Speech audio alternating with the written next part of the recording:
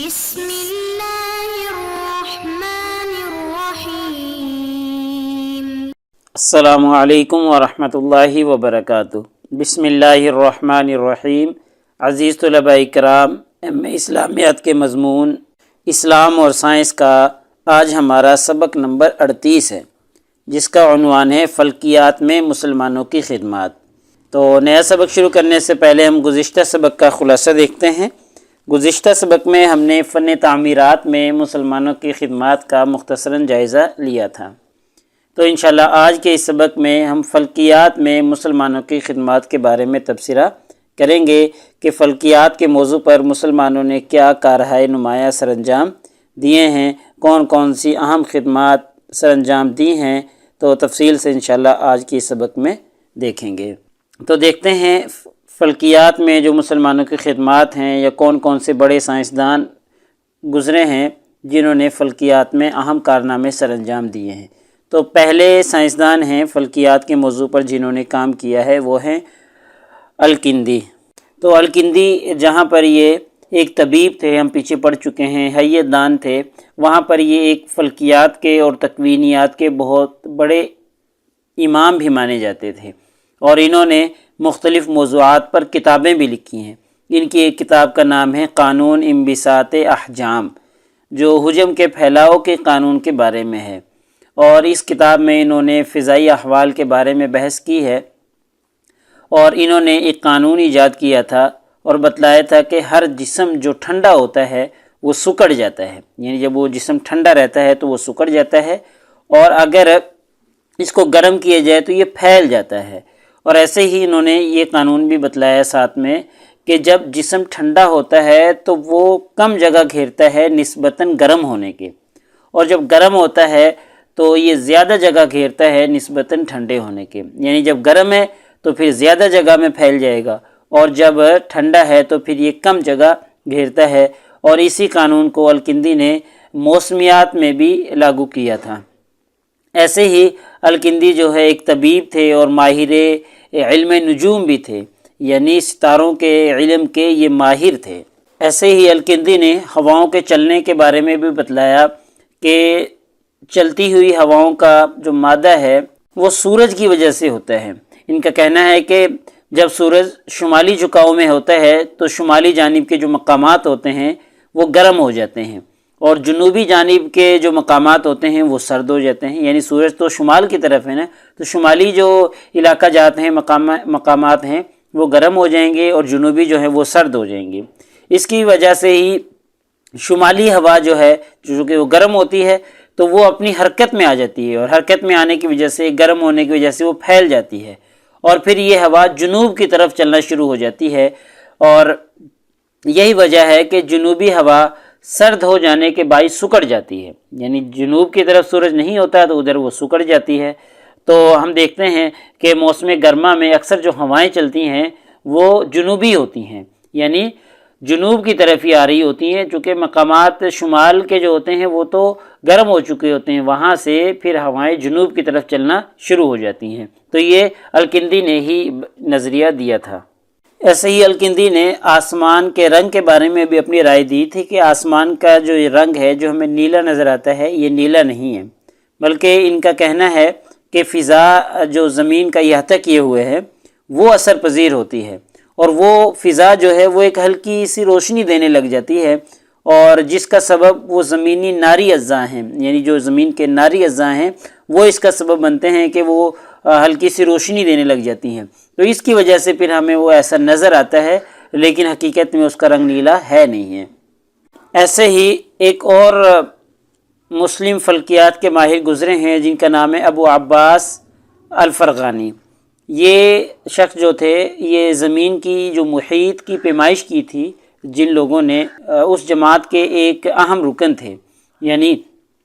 دارالحکمت جو بیت الحکمت جو تیار کیا گیا تھا عباسی خلفاء کی طرف سے، تو اس کے جو ممبر تھے انہوں نے زمین کا محیط تلاش کیا تھا کہ زمین کا محیط کتنا ہے، یہ زمین گول ہے نا، تو زمین کی گولائی کتنی ہے، یعنی اس کے باہر کے کنارے پہ اگر چلا جائے تو وہ محیط کتنا بنے گا۔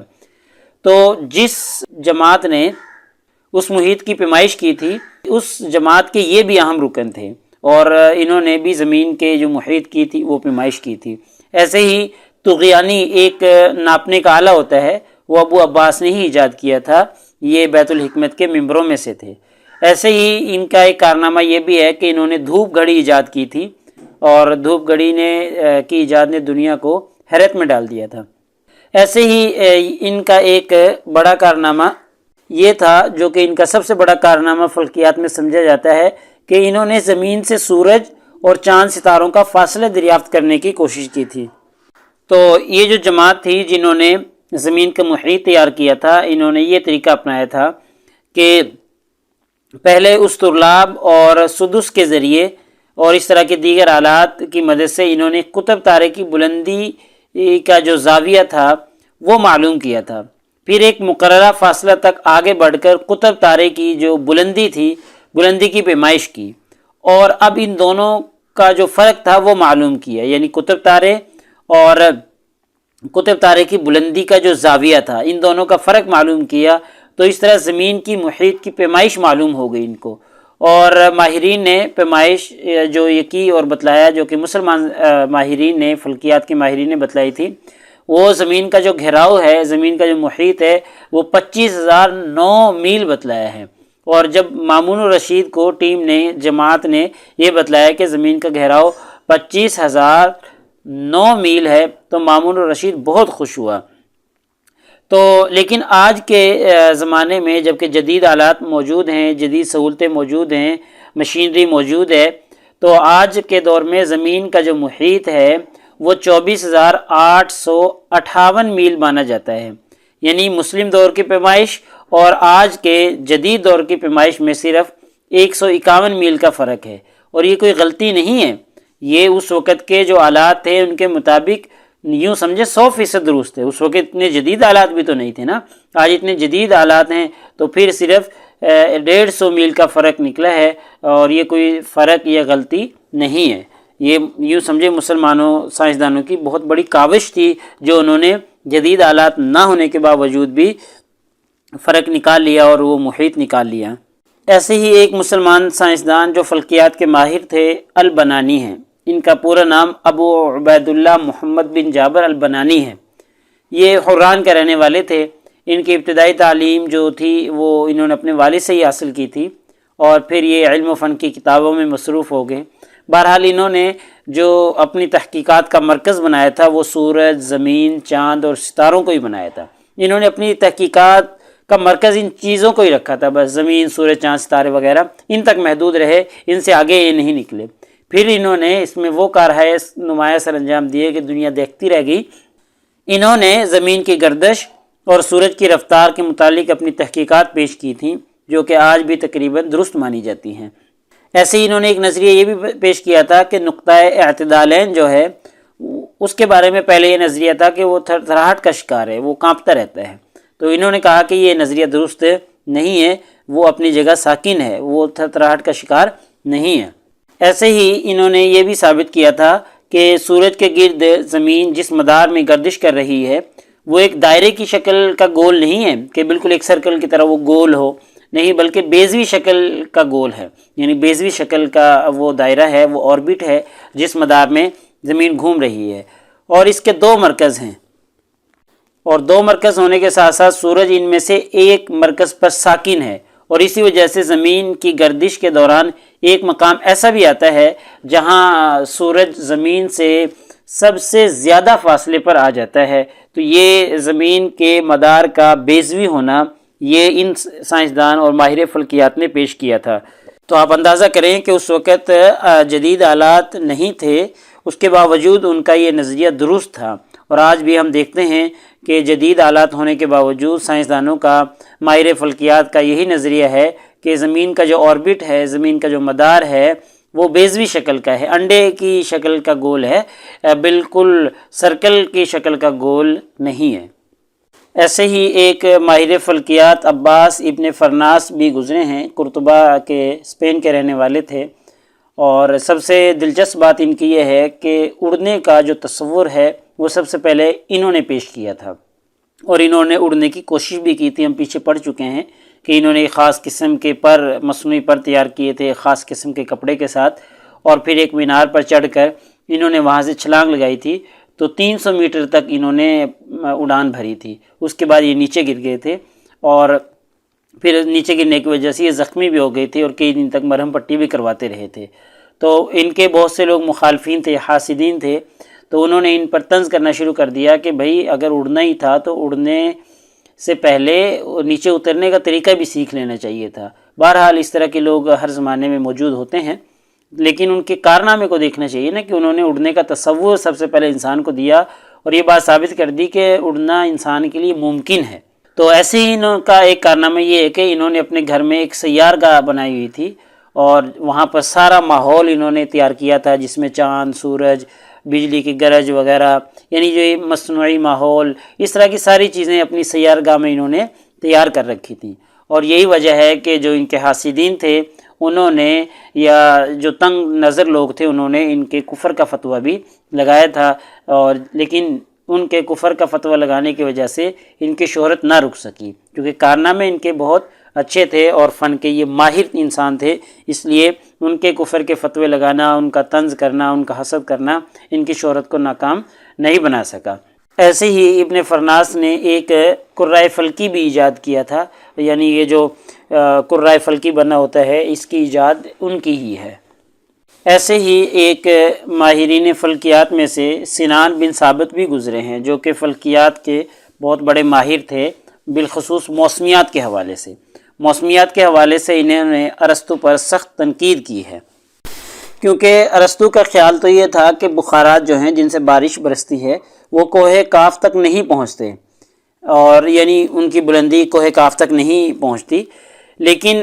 ان کا نظریہ تھا کہ پہنچ جاتی ہیں، اور مختلف طریقے انہوں نے اس کے بیان کیے تھے۔ ایسے ہی سنان بن ثابت نے فضا، ہوا اور بخارات وغیرہ سے متعلق بہت تفصیلی گفتگو کی ہے، اور انہوں نے موسموں کی ابتدا کا تعین کرنے پر بھی تفصیلی بحث کرنے کی کوشش کی ہے۔ تو اس طریقے سے یہ بالخصوص موسمیات کے حوالے سے، یعنی فلکیات کی جو ایک شاخ موسمیات ہے، موسمیات میں یہ بڑے ماہر تھے اور انہوں نے اپنے نظریات پیش کیے ہیں۔ اس کے علاوہ فلکیات میں مسلمان سائنسدانوں کی، مسلمان ماہرین کی اور بھی بہت سی خدمات ہیں جن کا احاطہ ہم یہاں پر نہیں کر سکتے، البتہ بہت سی خدمات ہیں، بہت سے ماہرین فلکیات مسلمانوں میں گزرے ہیں، اور مسلمانوں کی بہت سی ایجادات موجود ہیں، اور مسلمانوں کے بہت سے تجربات آج بھی درست ثابت ہو رہے ہیں۔ تو اس طریقے سے مسلمانوں نے فلکیات میں بھی بہت بڑے بڑے کارہائے نمایاں سر انجام دیے ہیں، بہت بڑی بڑی خدمات سر انجام دی ہیں۔ تو لہٰذا ہمارے آج کے اس سبق کا خلاصہ یہ نکلا کہ آج کے اس سبق میں ہم نے فلکیات میں مسلمانوں کی جو سائنسی خدمات ہیں ان کا جائزہ لیا ہے، ان پر ہم نے گفتگو کرنے کی کوشش کی ہے۔ اور اگر پیپر میں پوچھے جانے والے سوالات سے متعلق ہم گفتگو کریں تو پیپر میں ایک سوال تو یہ پوچھا جا سکتا ہے کہ فلکیات کے شعبے میں مسلم سائنسدانوں کی خدمات کا جائزہ پیش کریں، اور ایسے ہی یہ سوال بھی پوچھا جاتا ہے کہ مسلمان سائنسدانوں کی کیا خدمات رہی ہیں فلکیات کے حوالے سے تفصیلاً بیان کریں۔ تو یعنی کہ فلکیات کے موضوع پر کسی بھی اسٹیٹمنٹ کے ساتھ سوال پوچھا جا سکتا ہے۔ ایسے ہی خلا کے حوالے سے بھی فلکیات کے عنوان سے سوال پوچھا جاتا ہے، جیسے یہ پوچھ لیا جاتا ہے کہ خلائی سائنس میں مسلمانوں کی خدمات پر نوٹ لکھیں۔